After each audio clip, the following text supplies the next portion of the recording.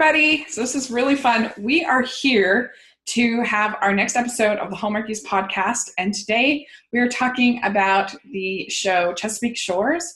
We're going to be talking about season 1 and 2 because they just had the season 2 finale on Sunday. And so Amber's here to talk about it with me. Hi, guys. Yeah. So hope you all enjoyed the season finale. And we're going to get right into it. And we decided to go ahead and talk about the characters and kind of, instead of talking beat by beat about the plot, we're going to talk about the characters, and hopefully we'll cover most everything that happens in the 2 seasons. But certainly if there's things we left out that you want to talk about, just put it in the comment section and we can talk about it. It'll be fun. So the basic premise of this show, of course, is about this family that lives on Chesapeake Shore in Maryland. I actually grew up in Maryland, so I've spent some time on the Chesapeake Shore, but never anything as fancy as as this place is. And it's a pretty big family. And to start out on the pilot, the family is kind of all brought back together because the grandma character, played by Diane Ladd, is sick. So they all kind of get back together, including the mother who's been estranged from the family. And they all kind of decide that they're going to move back home and work on the family. So that's sort of the premise. And we get to see all the different drama and melodrama that has to do with being rich in America and having and being in a show like this. So it's a lot of fun. And I don't know, what do you think of the sort of the premise for the show and just the show in general? You know, I like it. I'm just going to start off and say that I really enjoy the dynamics of like this broken family that's trying to come together and figure themselves out, and not only figure out who they themselves are, but figure out how they fit together as a family. So I really enjoy that. I like seeing the different family dynamics and things. So I really enjoy the whole thing, basically. Yeah, I mean, I like melodrama in shows. I like it to be sort of, I don't know, to me that keeps it from being boring. Is sort of, I like grand gestures, and I just like the kind of melodrama that you get in this kind of show. And to me, this show reminds me a lot of something that Aaron Spelling would have done back in the 90s, something like 90210 or Seventh Heaven, or that kind of show, to me, is what this feels like. And so there's actually a certain degree of sort of nostalgia to me about, his shows would have been a little bit more sort of racy. They kind of toned it down because it is Hallmark. But I don't know, it just has that sort of feel to me of that kind of show. You don't see that often, I feel like, on television anymore. Well, it's because it's sort of it is a primetime soap opera, essentially. Yeah. But where it's on the Hallmark Channel, it's a lot cleaner than it had to be. So there's less convoluted sex drama because they don't have to have that. So I feel like because they're not trying to make everything like crazy sensationalized, that it's able to be like a smaller, more relatable story. Because like, I don't know about you, but I am not a high-powered fancy doctor who's having all these affairs while I'm at work. That's just not me. Right. So I don't relate to that. But like, I can relate to someone who's like, oh, I'm not quite sure what I want to do with my job. Oh, but I like this guy. Right. Like that I get. So. Right. Family. I don't know how big is your family? There are 4 girls. So 4 girls. I'm the youngest. Nice. Just call me Jess. Well, there's 6 in my family. So, and I am the second oldest. So I certainly can relate to some of this dynamic of trying to manage all these different personalities and trying to keep everybody happy that you have in a show like this, which is, at the beginning, is the grandma, played by Diane Ladd, and her name's Nell, I believe.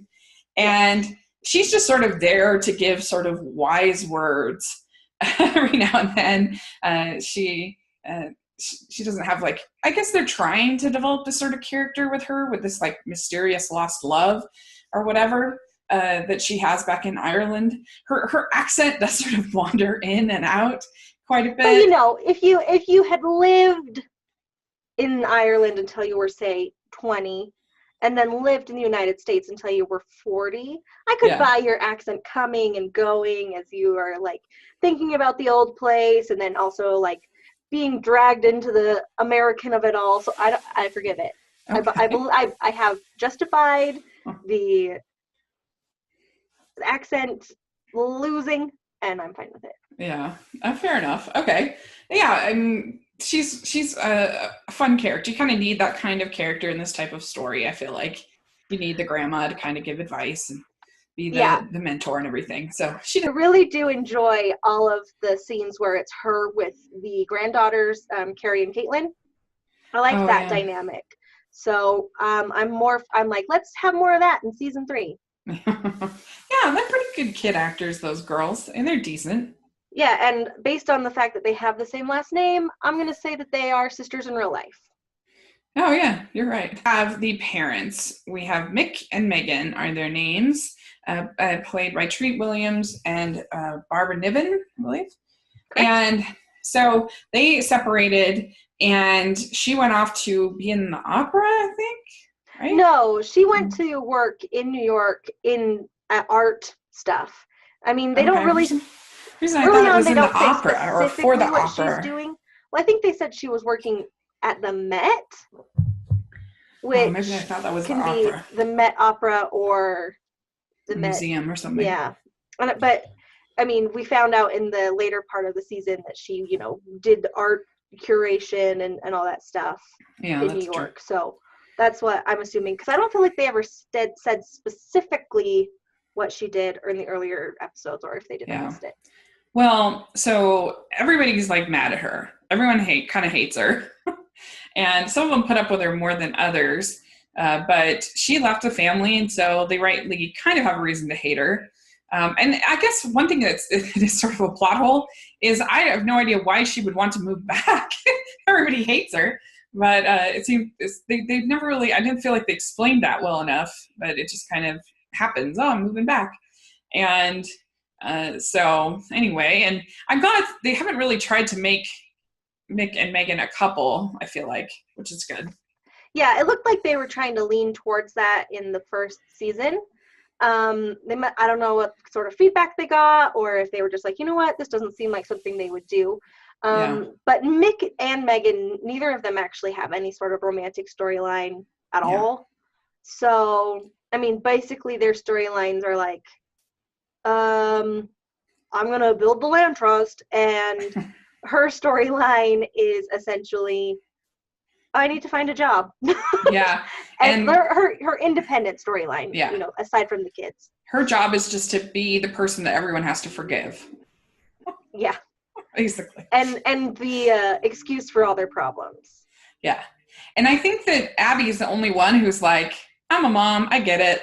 She always seems the most cool with her mom to me. Well, and Kevin. Yeah, I guess he's pretty good too. In the first couple of episodes, they say like, oh, you and Kevin have better relationships with mom because you were older when she left, is what. You talked about it with Mick, with the dad. His main storylines, particularly in season 2, is there's this trust, and that he wants to develop this land.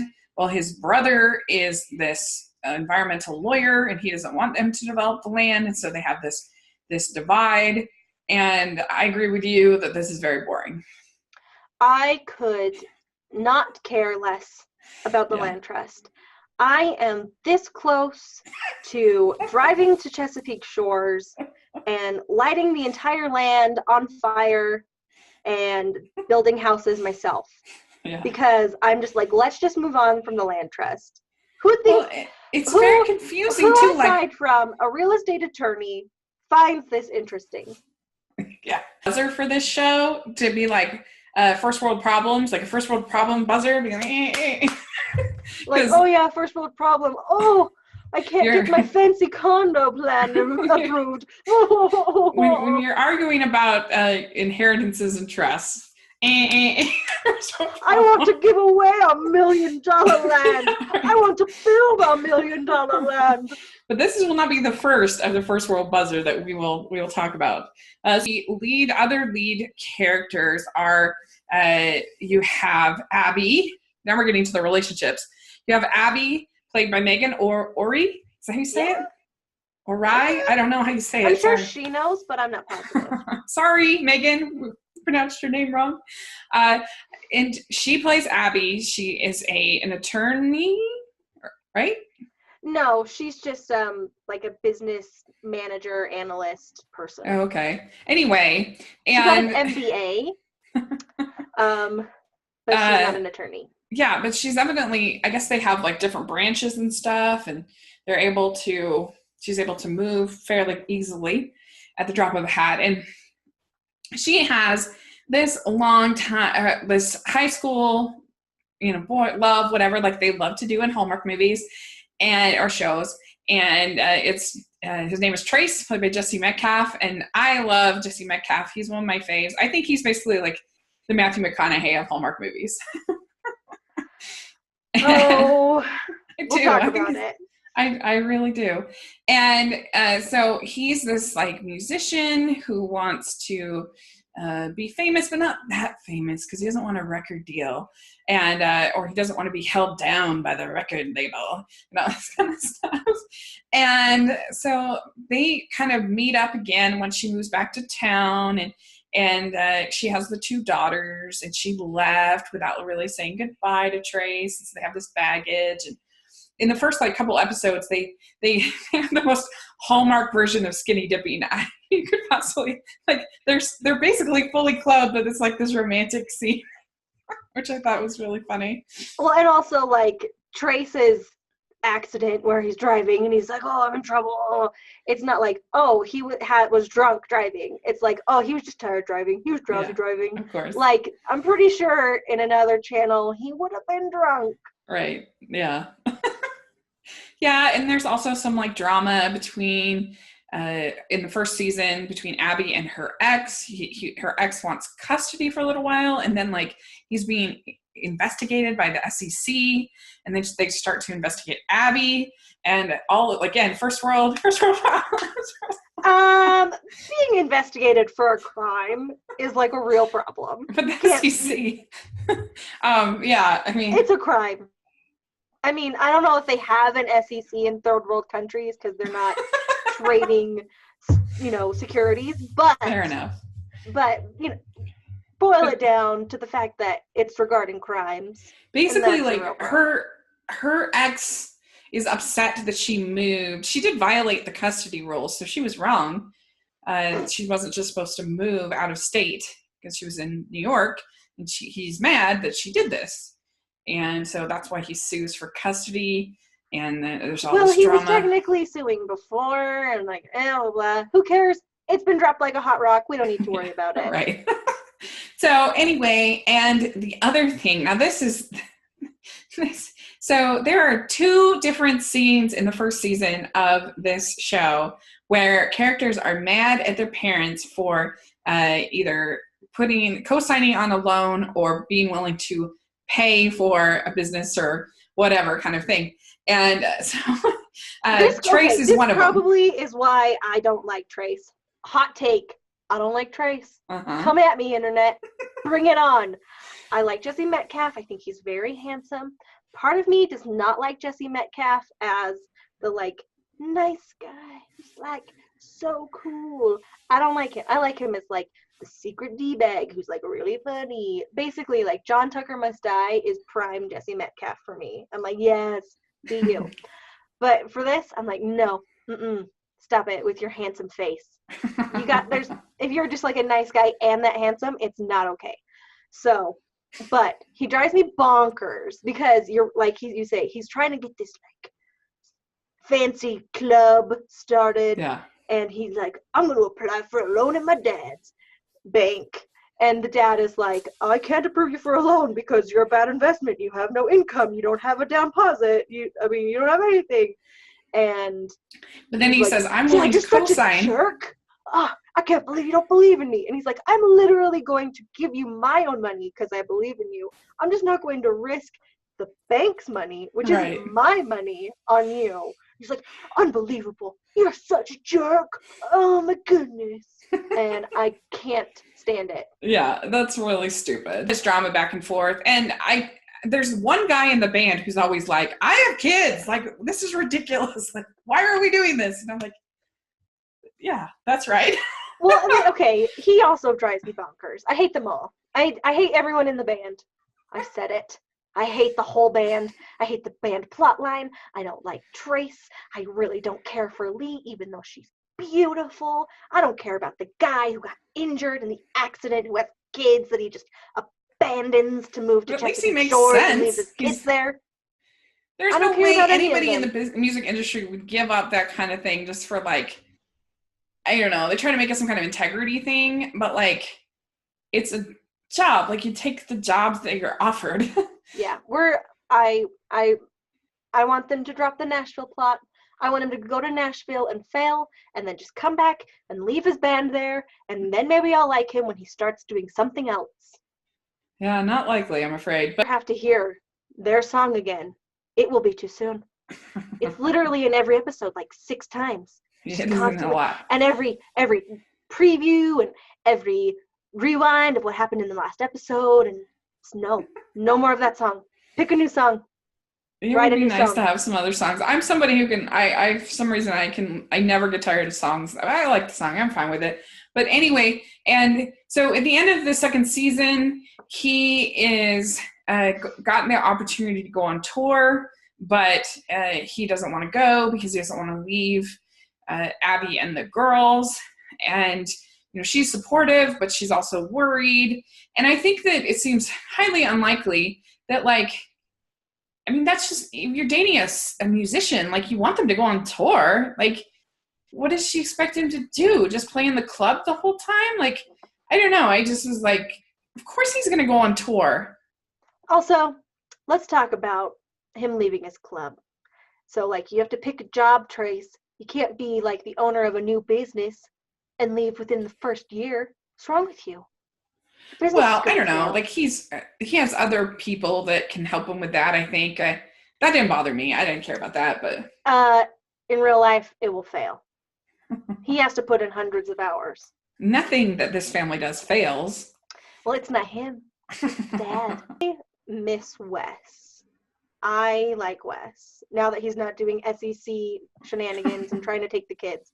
I would be very interested to see more Wes and Abby, like, not like working out their custody, but like living a good divorced life amicably. I would like to see that. Yeah, they did that one, the episode with the carnival. That was kind of nice to see, but I liked him too. I thought he was fine, and he, like I said, he did have a point. Like, she did break the rules of the custody, so yeah. So and she has 2 sort of love interests in the course of the season. Bree is the one that I think that looks the most like the milkman's daughter. Just the one that doesn't quite... I personally feel like Megan Ory and Lacey Maley and Emily Ullerup all look like they could be sisters, because Megan Ory and Lacey Maley look the same. Not the same, but yeah. Like they could and be I think Brendan Penny looks... And Emily look like they could be siblings, like really a lot. So, but Emily and Megan don't look like they could be siblings. But you have the Lacey Maley buffer that makes it work for me. I can see what you mean. I guess that Bree and Connor kind of look similar, so maybe that works. Yeah, and so like they favor their mom's side. Two of my siblings have blonde hair, so my family's kind of that way as well. So plus, when people are adults, blonde. I mean, I could be blonde if I wanted to be. That's true. It's more of a dirty blonde at this point. Okay, well, anyway, so Bree is the struggling playwright. She's this writer, and she, I don't know, like at the first season, she's trying to get this play written or play performed, and she ends up getting a chance to go to Chicago, but they totally want to change her play, and she doesn't like that. And so another integrity kind of moment for her. And yeah, so she also has this ex-boyfriend that's given her all these issues, and she has issues with her mom too. And the ex-boyfriend named Martin. And so, yeah, then finally in season 2, she buys a bookstore, because people can just buy property in this family. Well, I mean, literally, they are a property investment family. Yeah. And, like, let's imagine she had a condo in Chicago that was, you know, that she sold, so she has this capital that she can invest. Let's imagine. You know, it's just like on a whim almost. It's just like, oh, I think I'll go buy a bookstore today. Yeah, they're like, oh, we got to spend 72 years going through all of the legal and financial ramifications of the land trust, but let's just gloss over the purchasing of actual property. Right, yeah. So I had no problem with Bree. I don't have a problem with her, but the one part that did really know me. So in season 2, she has this bookstore, and she ends up meeting this author named Simon, who's British, and she hates his book at first, since that's how they she's like willing to be honest with him about his book. And so they sort of, hit it off, have this romance, and she's very nervous because she doesn't want to screw it up like she did before. And the thing that really annoyed me, I guess, is that another first world problem alarm is that he sends in, so she has this script or this book that she's been writing, and she hasn't been able to get anywhere with it. So using his contacts and stuff he has as a published author, he sends it in and it's going to be published. And she's mad at him. She's like, this was somehow like underhanded or whatever. And if you know anything about my sister actually just had her book published today, which is very exciting. Yay! Yeah. Called Fort Building Time. It's just it's a picture book. It's her second. And so it's pretty cool, but it's so hard. Like, there is no way that any author would be like, oh, I can't believe you went under my back and got my book published. Yeah. I mean, that's like, crazy. It's not like she sold it to Rollins Reliable. Yeah, right. Like, that's nuts. And I'm just like, I don't know. I just hope that because it's just, I said on my blog, it's like, this is the stupidest thing ever I've ever heard. And I said, what's with this family being upset at getting loans and books published and other amazing stuff happened to them? Well, I mean, they have a very strange concept of money, I guess, and how to live. But yeah, so I like Bree. I think she's fun. I like her as a character to an extent, because sometimes she drives me bonkers, like with the whole being like, bye, Simon, because you helped me. How dare you help me? Yeah. That thing bugs me. How dare you publish my book? I really love her. I am so sad that they have dropped her dad calling her Bree O'Brien. It seems like they don't do that very much, and I loved it in the first little bit. I didn't even notice that. Interesting. Like, I have Kevin and Georgia/Sarah. So Kevin is an Army veteran, and I'm sure that there are lots of rich people in the Army, but I feel like it's unlikely that he would be in the Army. No, I buy that because, I mean, anyone can join the Army. Well, sure. But as long as your feet aren't flat. And I don't even know if that's true. That's just from shows. Anyway, and so after 9/11, he joined, and, there were a lot of people who felt moved to join after 9/11. So, I mean, I 100% buy that. I forgot they said that on 9/11, because that would be a long time ago. He'd have to be way old. I mean, 9/11 was 16 years ago. But, like, he was inspired by that when he was little. Oh, okay. Well, like, so, like, 16 years ago, and they say that he's, like, 32 now, so he would have been, like, 16 at the time. And you can enlist when you're 17, 18, and that's like, really not that long. Yeah, I mean, it's certainly within the realm of possibility, but it just seems somewhat unlikely. But it's not a big deal. But anyway. I buy it. Hashtag I believe. Okay. So anyway, Kevin is played by Brendan Penny, who is a definite Hall star. He's in a bunch of movies. And a dreamboat. Yeah, he's very cute. Very, very cute. And so he is, he's actually injured in season 1 in Afghanistan. It's kind of just overall injury. I think his leg, some other things. Well, I mean, he got blown up, and then, there's shrapnel and burns. So, yeah, pretty much all over. And that's where we get to meet Georgia, his fiance that he's been hiding from everybody, who's also in the Army. Whom I love. I loved Georgia. And I'm just going to go right in and talk about Georgia. All right, yeah, most tell of us the what you loved about characters her. were like, oh, Georgia's so cold and she's so serious and blah, blah, blah, blah. And I was like, how very dare you about Georgia? Because Georgia's a military woman and, you know, she does medicine. So she is like, she's in triage mode once her fiance's been injured. And what would someone who's in the military do when they're in a crisis situation? They revert back to their training. So she is dealing with the situation. Like, we got to get him in here. We got to take care of him. We got to do all this stuff. We got to do. And like, even the way she carries herself was so great because she had like such good posture and she was so like straight and correct. And I loved her. And then when it was just like her and him, you could see her sort of like soften. And I just loved it. And I think she did a great job portraying that she was a military person. I mean, the instant she came on show, I was like, she's in the military with him because of the way she was just carrying herself. I was so proud of her and I loved her and I loved what she was doing with her character. And I was excited to see her, like, when she got past the trauma of the situation of her husband / fiance being blown up, her being able to soften and the family get to know her. And then boom, they just cut her out of my life. I can't remember why they broke up. Why did they break up? Well, I mean, she had to go back to where her job is because she worked at a hospital.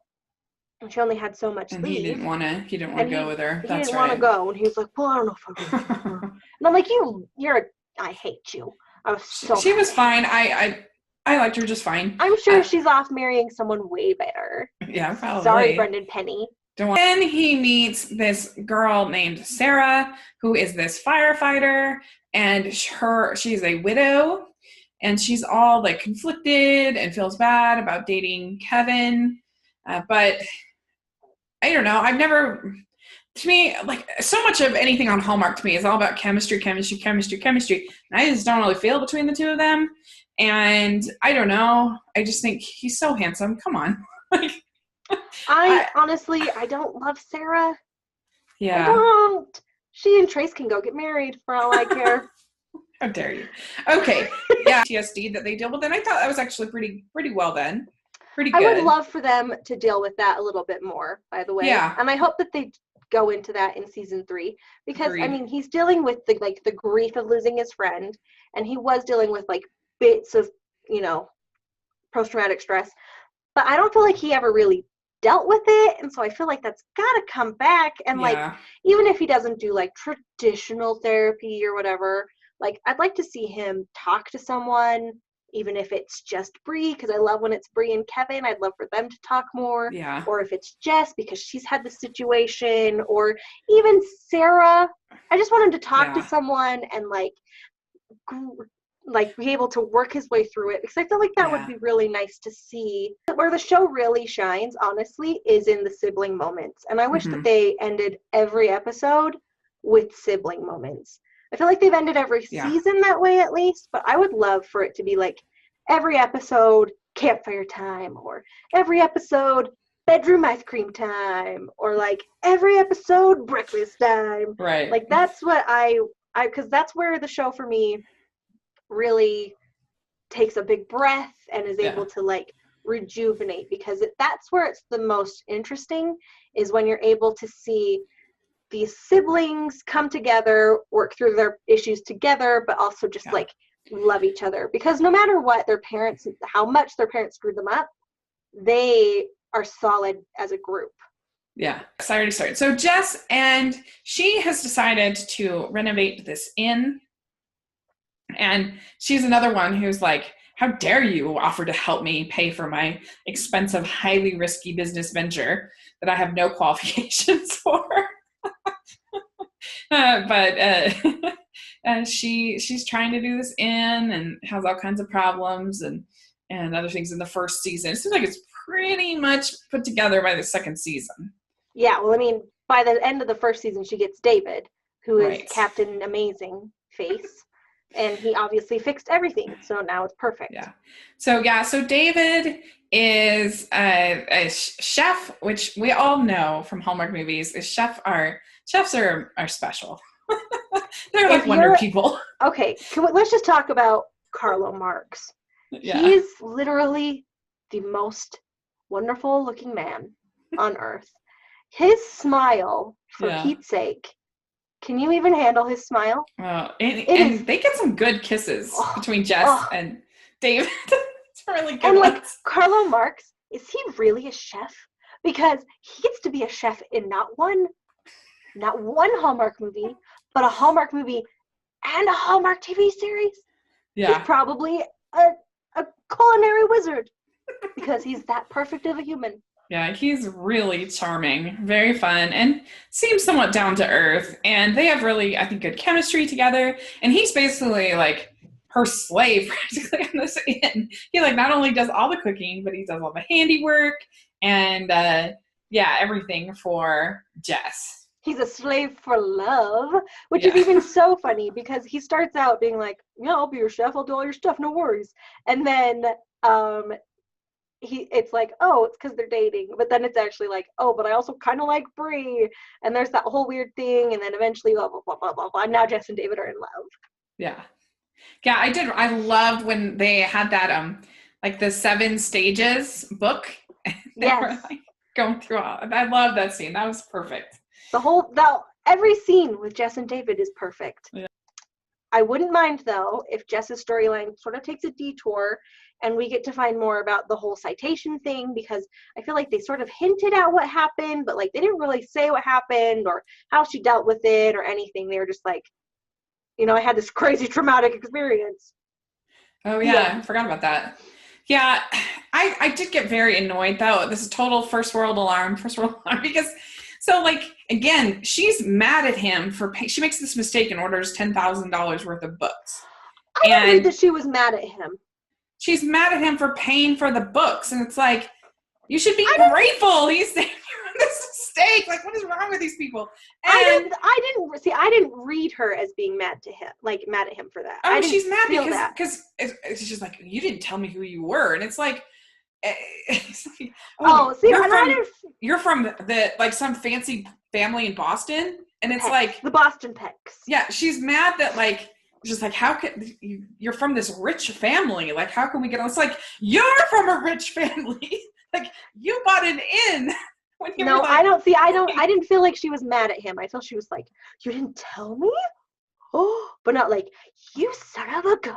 You didn't tell me. I was like, oh, wait, what? Like, do you know what I mean? Because, he has been very guarded and she knows about that. And she was like, well, why didn't you tell me? It's not like you're a murderer.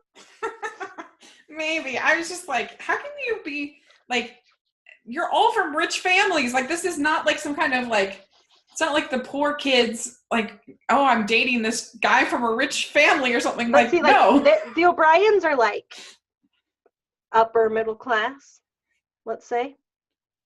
Well, we're going to say they're, like, upper middle class.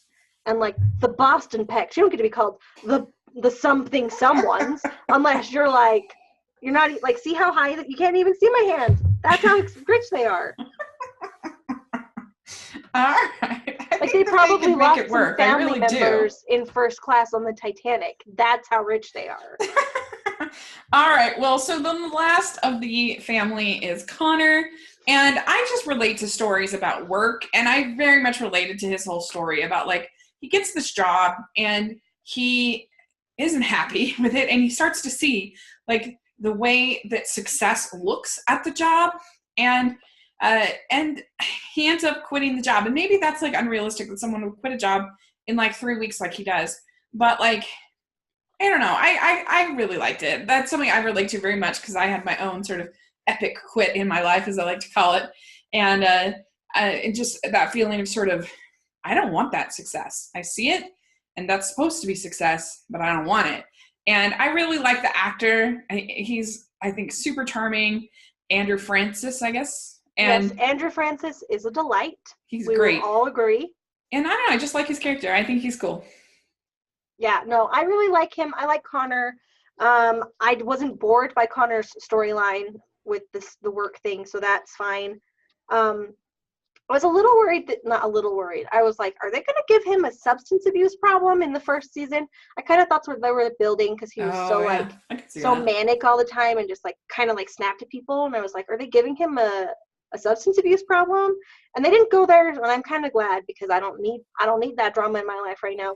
But I do really like his character. I like I'm trying to find who I am in not just like my personal life, but I'm trying to figure out who I am in like the grand scheme of society and what I want to do and what I want to contribute and what I value. I really enjoyed seeing that from his perspective. But I feel like his tip was way too fast. I feel like you can't go from like all I want to do is get that money and then just be like all I want to do is save the trees. I don't think you can do like so fast without that's valid. That's a valid complaint for sure. No, I'm not. I believe Connor would say, I'm quitting, I'm going to go do environmental law. But I don't think it's going to stay tipped. I think he'll have to ping back. Because you can't just, you know. Yeah, I can see that. So that's basically the show. Actually, I think we basically covered almost everything. Yeah. And they left it on the cliffhanger, I guess, of the second season is about Trace and his band and what other things? Your favorite. How many crowns would you give this show? Would I give the show? So season 1, I would give like 3 crowns. Because like I was into it, but like I didn't really love it, and I don't feel like they developed the characters very much. I feel like they were having them do too many things too fast. They kept going from like plot to plot to plot to plot to complicated twist to plot to plot to plot, and they were just doing that kind of a little bit in the first season. And I like the second season more because the storylines have been pared down a little bit, so we were able to explore like the character thing because this isn't like Lost where I'm like, oh, what's gonna happen next?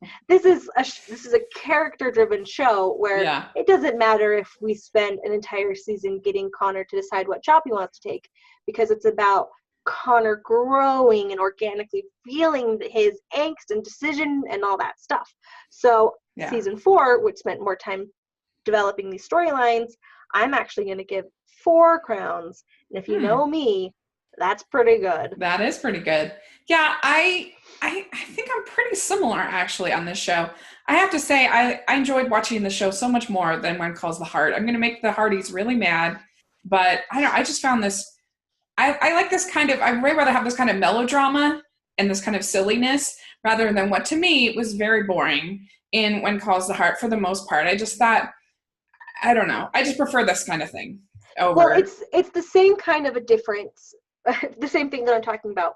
When Calls the Heart spends a lot of time being like, oh, there's this problem. We have to fix it and solve the problem. And the characters don't really grow or change while they solve this problem. And then they're like, check, solve that problem. Whereas in Chesapeake Shores, they're like, how are we going to do our lives? And then the problems are secondary to their character choices. Yeah. Anyway, and I'll have a link. If you're interested in getting Chesapeake Shore on DVD, I'll have a link to our Amazon affiliate. If you're interested in getting it, you can click on there in the description section and check that out. That would be a help for us. That would be awesome. And this show, it feels very nostalgic to me. And so I enjoed watching it. I'm still more of a movie person than a TV person. So I'll be excited. I'm a TV gal. I can't help myself.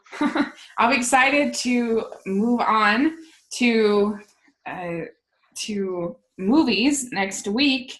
Before we move on, I would like to ask you, what storyline are you most interested to see come to life in season 3? Like something that's existing or something new? Something that's existing or something that's been hinted at the show. You can't just be like, suddenly I'd love to see a romance between Nell and Trace. Right. No. I don't know. I think it'd be cool if Jess and David like got engaged or something like that. I love that idea. Okay, and fun. Then what storyline I'll say Also, Jess and David. Haha, we're so good. What storyline, aside from the land trust, do you care the least about going into season 3? Well, definitely Bree and her being mad about her book being published. That's the stupidest thing I've ever heard. But okay. I also don't really care about this Dylan O'Malley thing with the grandma. Okay, for me, the thing I care least about, Kevin and Sarah. Oh, interesting. I thought you were going to say Trace. Aside from the land trust. Well, the Trace thing has to go on because they've made Trace his own central character. Mm-hmm. We can lose the romance plotline with Sarah. We could have a friendship plotline. Next week, I'm very excited. We are going to be doing our Christmas preview. And that is going to be so fun. I'm so excited. We'll be going over all 21. Get hype right now. We're going over all countdown to Christmas preview. Yes.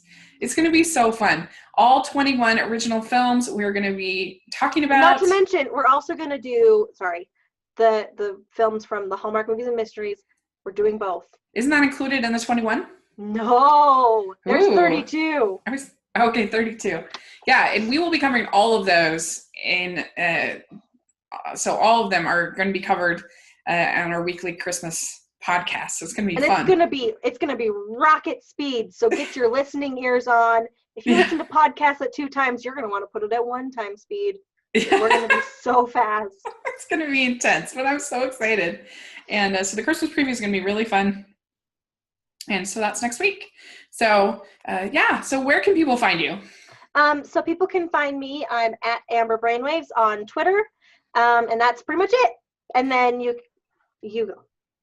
Yeah, you can find me at Smiling LDS Girl on social media, and you can follow us at Hallmarkies Pod on Instagram and Twitter. And we try to do daily posts, flashbacks to movies that we like, Hallmark movies, other things, and birthdays for our Hall stars, as we call them. And we also have a Facebook page, and I'll put all the links down in the description section for all of that content. And so we'd love to have you participating and adding to the discussion.